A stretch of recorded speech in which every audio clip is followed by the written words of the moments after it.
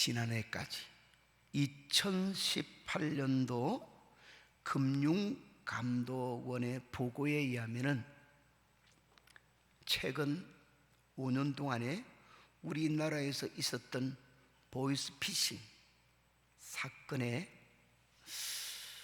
피해 금액이 약 1조 원이 된다고 그래요. 그리고 그게 피해를 입은 사람들의 수가 약 10만 명이 된다고 그래요. 이걸 연평균으로 나누면은 한 해에 피해 금액이 약 2천억, 피해당한 사람이 약 2만 명.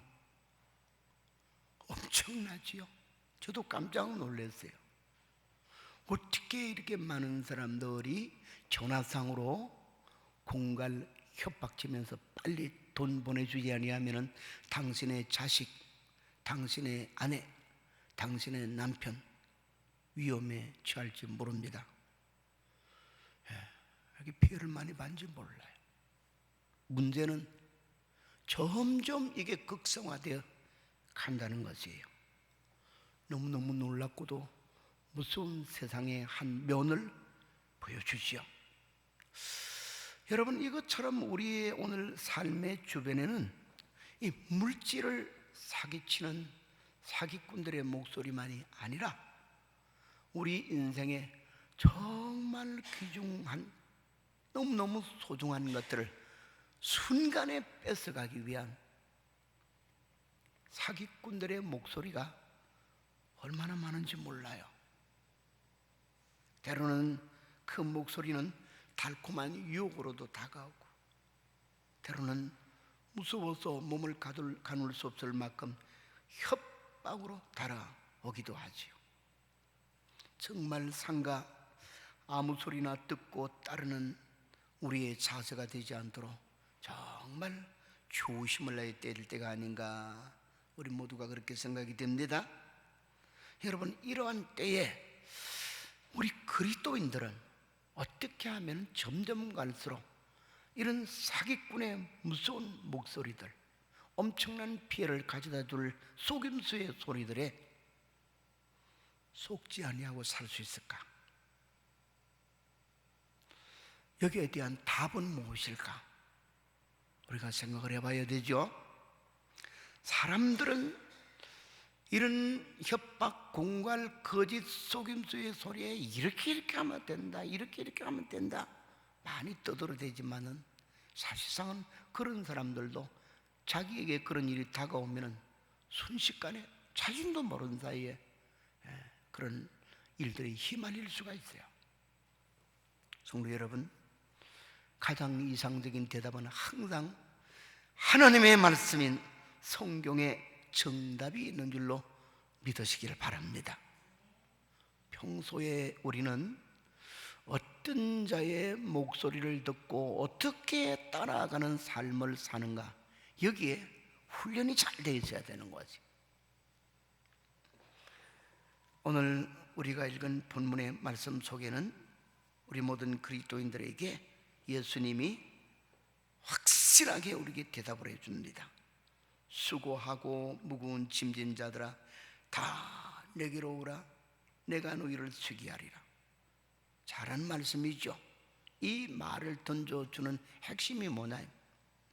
주님께서는 자기에게 속한 양떼가 되고 백성이 되는 모든 그리스도인들을 향해서 내 목소리에 귀를 기울이고 내가 부르는 자리로 오직 따라오는 자들이 되라, 그렇게 말씀하신다 그 말이에요. 왜? 거기에 많이 참된 의, 바른 길이 있다. 안 속고 살아갈 수 있는 삶, 거기에 많이 내 영혼도 내 육신도 현재도 미래도 복되게 하는 참된 행복이 들어있기 때문에 주님은 단호히 말씀하시기를 내게로 오라, 그리고 내 목소리를 들으라, 이렇게 말씀하시는 것이에요. 오늘은 이런 내용들을 우리가 깊이 한번 생각해 보시면서 우리가 이 혼미하고 어지러운 시대에 과연 귀를 기울여서 따라가야 될 우리 주 예수님이 부르시는 자리, 길, 그게 어디냐? 그런 것을 마음에 확실하게 다짐하기를 원하면서 예수께서 부르시는 자리로 가자, 이런 제목으로 잠깐 말씀을 나눌 때 우리 주님께서 큰 은혜를 도와주시기를 주의 이름으로 축원합니다. 첫째는 오늘 읽은 본문 속에서 예수님이 하신 말씀 안에는 죄를 씻겨주시는 자리로 우리를 부르신다, 이 말이.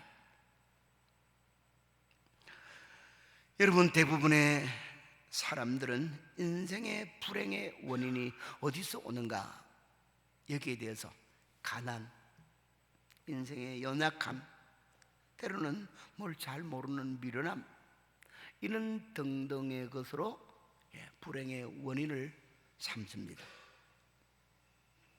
그러나 성경이 우리에게 알려주는 말씀은 전혀 아니에요. 가난이 우리를 불행하게 하는 것도 아니고, 우리의 연약함이 우리를 불행하게 하는 것도 아니고, 미련함이 우리를 불행하게 하는 궁극적인 원인이 아니고, 죄 때문이라고 말씀해 준 줄 믿으시기를 바랍니다. 왜냐? 이 죄가 생명과 행복의 근원이신 하나님의 사랑에서 인생을 잘라버리기 때문에 그래요. 그 관계를 막아버리기 되기 때문에 그렇다. 뭐가? 죄가. 뿐만 아니라 그 죄는 죄로서 끝나는 것이 아니고, 죄는 결과를 말하는 죄의 저주가 그 뒤에는 반드시 따라오게 되어 있어요. 죄는 그 뒤에 저주를 몰고 오는데 우리의 인생의 영육간을 짓누르는 삶의 무거운 짐을 느끼게 만드는 거예요. 다 위에서 짓누르는. 뿐만 아니라 우리로 하여금 꿈을 가지고 이상과 목표를 향해서 전진해야 될 참 자유로운 우리의 의지와 삶을 발목에 채우는 족쇄와 같이, 팔목에 채우는 수갑같이 우리를 묶어버리는 역할을 해요.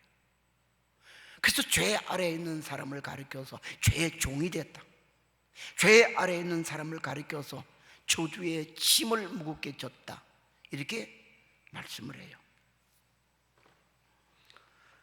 그러며 어떻게 할 때 우리는 잃어버린 참된 영육간의 자유를 찾고, 어떻게 할 때 우리는 끊어진 생사화복의 근원이신 하나님과의 관계가 화목을 이루며 하나님의 진노와 심판의 대상이 되는 것이 아니라 하나님의 사랑과 복의 대상이 될 수 있는 것일까요? 바로 그것을 위해서 우리에게 노력을 요구하거나 방법론을 만들어 가보라고 말씀하지 아니하시고 하나님이 친히 그 길을 내주셨죠. 그것이 바로 우리를 위해 이 땅에 오셔서 갈보리산 언덕에 치신 예수님의 십자가인 줄 믿으시길 바랍니다.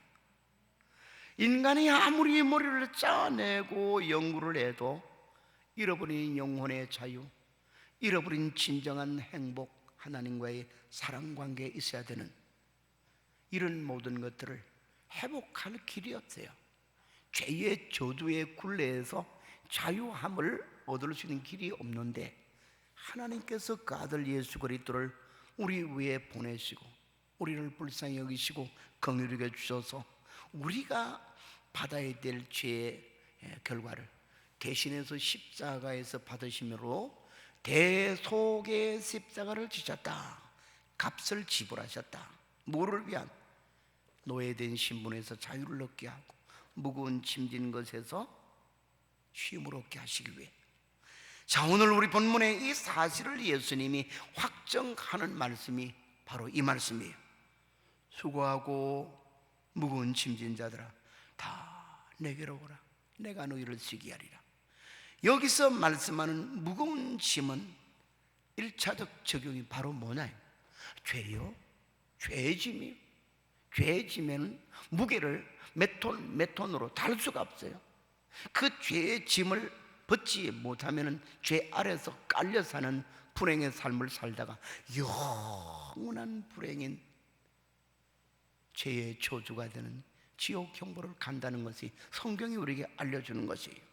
그러나 우리 주 예수님께서 골고다 언덕에 지신 십자가는 단숨에 그를 믿는 자들에게 죄의 올무에서 자유를 얻게끔 풀어주시고 죄의 무거운 짐에서 우리를 쉬게 해주신다 하는 것을 예수님이 말씀하시기를, 수고하고 무거운 짐진 자들아 다 내게로 오라, 내가 너희를 쉬게 하리라, 그렇게 말씀해 준 줄 믿으시기를 바랍니다. 오늘도 우리는 미련함과 연약함을 구석구석에 많이 갖고 있기 때문에 지난날의 죄만이 아니라 오늘날 우리가 부집을 습관에 짓는 죄도 참 많아요. 저도 마찬가지고. 그러나 우리 주 예수님은 한 번 지신 십자가이고 한 번 흘리신 골고다의 십자가의 피이지만은 그 공로와 그 효력은 지속적으로 우리에게 영향을 발휘할 수 있기 때문에 성경은 곳곳마다 우리가 죄를 범하였을 때는 즉시 십자가에 피 흘리신 주님 앞으로 나와서 죄를 회개하고 그 죄의 사함을 받으라고 말씀해 준 줄 믿으시길 바랍니다. 구약 성경 이사야 1장 18절에서는 우리 하나님께서도 자기의 백성들이 저주와 불행 안에 잠시라도 더 오래 머물기를 원치 아니하시면서 이렇게 선지자의 입을 통해서 외치지요. 오라, 나와 와서 변론하자. 너희 죄가 주홍같이 붉을지라도 눈과 같이 희게 될 것이며 너희 죄가 진홍같이 붉을지라도 흰 눈같이 되리라. 그 죄가 사해져야만이 하나님 백성이 하나님께로부터 사랑과 복을 받을 수 있기 때문에 그렇게 말씀을 하고, 신약 성경에는 우리 주 예수님이 성찬 예식을 통해서 보여준 것처럼 내 피를 마시고 내 살을 먹는 자는 멸망치 않고 영생을 얻는다, 이렇게 말씀을 할 정도로 날마다 주의 보좌 피 흘리신 십자가에서 고난받아 지켜주신 당신의 십자가 앞에 나와서 믿음으로 십자가의 공로를, 십자가의 은혜를, 십자가의 사랑을 받아들여서 죄의 문제에서 해결을 받고 더러움에서 깨끗이 씻겨지는 자가 되라고 말씀해 주시는 줄로 믿으시길 바랍니다. 그래서 어제나 오늘이나 우리가 천국 가는 그날까지 우리 주 예수님이 계속해서 늘 우리를 부르시는 자리는 죄를 씻어주기 위해서 오라 하시고 불러주는 자리인 것을 잊지 마시고, 어떤 일을 급히 하려고 서두르는 것보다도 행여라도 내 삶에 잘못된 죄가 있는 경우에는 주님께서 우리에게 죄를 씻겨주기 위해서 부르시는 그 자리를 갈 수 있는 자가 되기를 바랍니다. 이것이 성경이 우리에게 말씀해 주는 예수님이 우리를 부르시는 자리, 제 1번 자리다 그 말. 죄가 씻김 받지 아니하고는 하나님의 참사랑도, 인생의 무거운 짐에서 쉼을 얻는 것도, 죄의 오랏줄인 저주에서 결박되어 있는 곳에서 자유함을 얻는 길도 있을 수가 없기 때문에, 두 번째로 우리에게 예수님이 불러주시는 자리가 어딘가는 오늘 본문이 뭐라고 말씀해 주느냐, 우리 읽었던 말씀 가운데 29절을 바라보면은 이렇게 말씀을 하고 있죠. 나는 마음이 온유하고 겸손하니 나의 멍에를 메고 내게 배우라, 그리하면 너희 마음이 쉼을 얻으리니, 이렇게 말씀을 했어요. 내게 배우라, 내게 와서, 즉 믿음으로 살아가는 도리를 가르쳐 주시는 자리로 우리를 부르신다, 그 말이죠. 사랑하는 성도 여러분, 우리 예수님이 일찍이 선포해 주셨고, 그러면서 믿는 또 자기를 따르는 백성들을 위해 가르쳐 주고, 지금도 주님을 믿는 우리에게 가르쳐 주시기를 원하시는 도리, 믿음의 도리가 도대체 뭡니까? 너무 엄청난 것을 질문한 것 같지요? 굉장히 간단한 거예요. 신약 성경에 나오는 예수님 말씀이 어떻게 하는 것이 믿음으로 사는 삶인가 하는 것을 가르쳐주는 내용. 그래서 신약의 예수님 말씀은 예수님이 가르쳐주신 믿음의 도리요, 믿음으로 살아가는 진리를 가르쳐주고 있는 것이다, 그 말. 물론 이제 다방면에 우리의 믿고 살아가는 삶에는 여러 면이 있죠. 그러나 이것을 쫙 압축해서 좀 간략히 표시하면 뭐가 믿음으로 사는 도리냐, 주님이 선포하시며 우리에게 가르쳐 주시고 친히 모범으로 행하시면서 따라오라 하시는 주님이 보이신 모범이 뭐냐 이거예요. 이걸 간단하게 정리하면은 세 가지로 표시가 됩니다. 하나는 의의 도리예요. 예수님이 오신 것도 의의 반대가 된 불의, 즉 죄를 가리키는 거죠.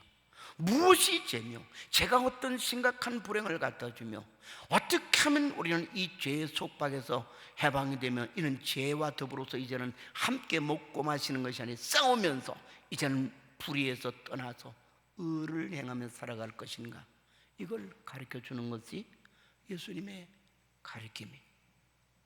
죄를 회개하고 잘못된 길에서 바른 길로 살아가는 것, 이걸 의의 도리라 그래요. 구약 성경도 마찬가지고 신약 성경도 마찬가지고 성부 하나님이 주신 말씀도 마찬가지요, 성자 예수님이 가르쳐주는 말씀도 성령님이 우리를 감화감동하시며 깨닫게 하시는 것도 더욱 마찬가지. 뭘 가르치냐? 의의 도리를 가르쳐. 의인이 복이 있다고 그래요. 의인이 하나님의 사랑을 가르친다. 의의 길은 생명이 있다고도 말씀하고, 의의 길은 오늘뿐만 아니라 내일이 희망의 길이 되는 것이. 또한 예수님이 가르쳐 주시는 믿음으로 사는 삶은 뭘 가르쳐 주는 것이냐? 자기의 알량한 꾀, 머리 잔재주예요. 그리고 자기가 갖고 있는 소나기에 있는 작은 힘, 이걸 의지하고 내가 다 할 수 있다, 내가 노력하면 인생의 진정한 성공자가 될 수 있다, 이렇게 생각하면 인본주의로 살아가는 것이 아니라 생사화복, 인간의 생사복은 전능하신 하나님, 만물의 창조자여 주권자이신 하나님의 손에 있다. 그 사실을 믿고 의지하고 순종하며 살아가는 삶을 가리켜서 믿음의 도리라 이렇게 말을 해요. 잠언 3장 5절로 6절은 참 귀한 요절인데 이렇게 교훈을 줍니다. 너는 마음을 다하여 여호와를 의뢰하고 너의 명철을 의지하지 말라. 너는 보험사의 글을 인정하라. 그리하면 너의 길을 인도해 주시리라. 아멘. 신앙과 불신앙 차이가 뭐냐면, 불신앙은 하나님의 존재도 하나님의 주권도 하나님의 교훈도 전혀 아랑곳하지 않고 자기 방식대로 자기의 습관대로 자기의 살아왔던 삶의 태도대로 그대로 사는 거예요. 만약에 어떤 신자가 주님을 믿노라 하나님을 믿노라 하지만은 삶의 모든 자리에서 하나님의 주권을 인정하지 않고 그 주권자의 뜻이요 명령이 되고 약속이 되는 말씀을 무시하고 살아간다면 미안하지만 그런 명찰은 신자이지만 실상은 신자가 아닙니다. 신앙 간다는 말은 하나님을 믿는다, 하나님의 존재를 믿는다, 하나님의 주권을 믿는다, 하나님의 뜻을 믿는다. 그래서 하나님을 항상 앞세우며 내 머리가 아니라 하나님의 뜻, 내 생각이 아니라 하나님의 생각, 내 힘 알량한 요 주먹의 힘이 아니라 전능하신 하나님의 큰 손의 힘을 믿고 의지하고 살아간다 하는 것이 믿음이다, 그 말이에요.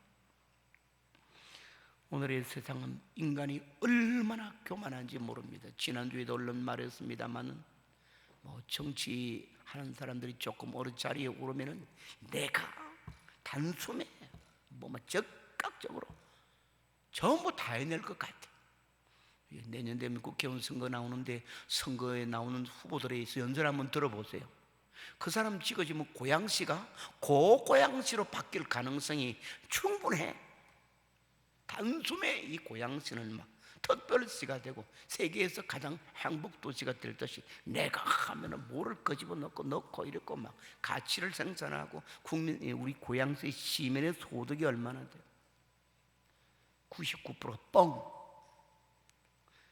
원래 인격이 뻥이라서 그런 것이 아니고 그렇게 말해서는 안 되는 것인데 달 뜻이 그렇게 태도를 표시한 거죠. 하나님의 은혜가 아니면 쉽게 보이는 단 한 가지도 이룰 수 있는 것이 없어요. 그래서 믿음으로 산다는 것은 범사에 하나님의 도우시는 은혜와 사랑의 손길을 의지하고 산다는 거지. 여러분, 사람이 어려워하는 시대 상황 속에서 몰이 쓰면서 힘을 모아서 어떻게 성공해 보려고 노력하려고 할수록 점점 힘들어져요. 삶은 너무너무 힘들다 소리가 입에서 그냥 썬물처럼 나오는 거지. 그러나 믿음으로 사는 자는 그 삶이 쉬울까요? 어려울까요? 너무 쉬워요. 왜? 범사에 하나님의 도우시는 사랑과 능력이 있기 때문에 그런 줄 믿습니다. 그래서 우리 부르는 찬송에 주님과 더불어 동행하는 그 삶에 이런 복된 은혜가 있기 때문에 믿음으로 사는 자는 하늘 위로 받겠네. 무슨 일을 만나든지 만사형통하리라. 무슨 일을 만나든지 만사형통하리. 자기 뜻대로 만사형통하는 것이 아니라 하나님의 은혜로 어려움 없이 지나갈 수 있다는 거예요. 때를 따라 도우시는 하나님의 은혜가 있기 때문에. 예수님은 이것을 우리에게 가르쳐 주기 위해서 나는 온유하고 겸손하니, 좀 쉬운 말로 표현하면 나는 참 좋은 선생님이니 그 말이. 선생님 중에도 마음이 온유하고 겸손한 선생님만큼 존경받는 선생님이 없어요. 지잘난 듯이 떠들어대면은 뭘 지식은 전달하나 존경은 못 받아. 그러나 우리 예수님 선생님은 온유하고 겸손한 선생님이 되어서 뭐라고 그러냐면, 내게 와가지고는 내가 문명에, 예수님의 문명에는 십자가인데 이걸 다른 정신적인 자세로 말하면 자기를 낮추고 자기를 깨워서 배울 수 있는 아름다운 겸손의 자세를 가진 것을 두고 말하기를, 나는 겸손하고 온유하다. 내 멍에를 메고, 그런 멍에를 메고 내게 와서 배우라는 거지. 배우는 자세의 참 아름다움이죠. 그리하면 뭐 한다 그러냐면 너희가 쉼을 얻으리라 그래. 사랑하는 성도 여러분, 어려운 시대일수록 우리는 좋은 스승이 필요한데 어떤 다른 사람 선생을 택하려고 생각하지 마십시오. 우리에게는 넉넉한 선생님, 우리에게 참된 믿음으로 섬기는 도리와 자세를 가르쳐주는 좋은 선생님이 계십니다. 제가 아니에요. 저는 심부름꾼이고 도와주는 도우미에 불과하고, 예수님만이 내게 와서 배우라 하시는 우리의 지도자인 줄 믿으시길 바랍니다. 그래서 오늘도 모든 시대에도 예수님이 자기 백성들에게 부르시는 자리는 자기에게 와서 믿음의 믿음으로 살아가는 삶의 도리를 배우라고 불러주신다. 배움의 자리. 나는 안 믿어도 괜찮아요. 다 알아요. 내가 다 알을 수 있다. 다 알아요. 이러면은 끝나는 거예요. 그럼 하나 더 물어봅시다. 예수님이 당신에게 배우라고 불러주는 학교는 어디고 교실은 어디예요? 그게 교회예요. 그래서 교회는 목자 되신 예수님의 목장이 되시고, 우리를 가르치시는 우리의 지도자 되시는 예수님의 학교예요. 교실이 더 깊이 가면 선생님 앞자리가 되는 것이 돼요. 우리의 신앙은 우리를 의의 길로 인도하는, 하나님의 은혜와 사랑을 잊고 살아가도록 우리를 가르쳐 주시는 그 자리, 그걸 소홀히 여겨진 신앙이 되어서는 절대로 안 된다. 어려운 시대일수록, 혼미한 시대일수록 그 자리에 와서 내게 배우고 내게 들으라. 내가 간 그 모범을 잘 바라보고 보고 너도 본받으라, 그렇게 말씀하신다, 그 말이 돼요. 마지막 세 번째가 됩니다. 예수님이 우리를 부르시는 세 번째 자리는 핵심이 어디냐? 이것은 오늘 우리 본문의 울타리 밖을 잠깐 외출을 좀 해야 됩니다. 여러분, 우리 예수님께서는 당신이 당신 앞으로 우리를 부르실 때 가장 귀한 것을 우리의 삶을 위해서 약속을 하면서 불러줘요. 그 구절이 우리가 잘 아는 요한복음 7장 37절에 나와 있습니다. 예수님이 친히 하신 말씀이지요. 누구든지 목마르거든 다 내게로 와서 마시라. 나를 믿는 자는 그 배에서 생수가 강같이 흘러나리라 그랬어요. 이게 아주 상징적이고 문학적 표현이 돼요. 여러분, 우리 여름 대학볕 비칠 때 우리에게 체질적으로 어떤 현상이 일어나요? 막 너무 더우면 힘도 쫙 빠지고요, 어디 그늘 밑에 가서 시원한 물 한 잔 확 한 사발 마셨으면 좋겠다, 이런 생각이 들지요. 사람만이 아니 이 땅에 생명을 가진 존재는 다 그래요. 그래서 예수님이 하시는 말씀인 자기가 부르는 자리로 오는 자에게 자기가 생수를 강같이 부어준다는, 뭘 가리킵니까? 우리 신앙 삶에 생명력을 주시겠다는 그 말씀이 됩니다. 앞에서 우리에게 말씀해 준 것처럼 우리는 죄에 포로되었던 자리에서 자유를 얻고 죄의 짓누르는 짐에서 쉼을 얻는 것 정말 중요해요. 두 번째로 말씀드린 것처럼 전능하신 하나님의 사랑과 은혜를 잊고 사는 비결인 믿음으로 사는 삶의 도리가 무엇인가를 오직 하나님의 아들 되신 예수님이 내가 곧 길이요 진리요 생명이니 나로 말미암 정말 아버지께로 올 자가 없느니라 하신 것처럼 가르쳐 주시는 참된 가르치면서 우리는 영생길도 얻고 하나님께로부터 은혜와 복을 받는 길도 얻게 되는 것이죠. 중요합니다. 그러나 이런 것은 앞에서 말한 일단의 어떤 이론과 또 자세와 기본을 이루는 것이 되지만은, 중요한 것은 여기에 우리의 삶을 위해서는 삶의 동력이 생겨야 돼야 된다. 이것을 가리켜서 생명력이라 그렇게 말을 해요. 살았다는 이름을 가졌으나 그 중심 속에 마음이나 그 육신 속에 건강함에 힘이 없으면은 마음은 뻔한데 아무것도 못해요. 연세가 드시고 병노하신 분들 자리에 갈 때마다 연세 드셨다고 해서 병으로 오래 고생하고 심한 중병에 걸렸다고 해서 마음 잘 가다듬고 빨리빨리 저 세상 가세요, 그런 소리 아무도 안 하잖아요. 뭐라고? 빨리 쾌차하시기를 바랍니다. 나오는 거죠. 그 말의 의미가 뭐냐면 새 힘을 얻게 되기를 바란다는 그 말이잖아요. 그럼 육신도 그렇고 우리 영혼도 그래요. 그러면 우리 속에 참된 이 새 생명의 힘, 생명력을 공급하신다는 말씀이 누구든지 목마른 자는 내게로 오면은 내가 생수를 강같이 흐르게끔 새 생명력을 준다는 말. 이런 말씀은 구약 성경 이사야 40장 31절에도 참 멋있게 말씀해 주지요. 오직 여호와를 앙망하는 자는 새 힘을 얻을 것인데 독수리가 날개치며 올라감 같을 것이고 걸어가도 곤비지 않고 달려가도 피곤치 않게 하리라. 하나님은 새 힘을 약속하는 거야. 그러면 이것이 상징하는 진정한 내용은 뭘 가르치냐? 어떻게 예수님은 우리 속에 새 생명을 주고 생명력을 준다는 말이냐? 우리 아까 소개했던 요한복음 7장 37절은 성경에 설명이 나와 있어요. 이는 그 받을 성령을 일컬음이라.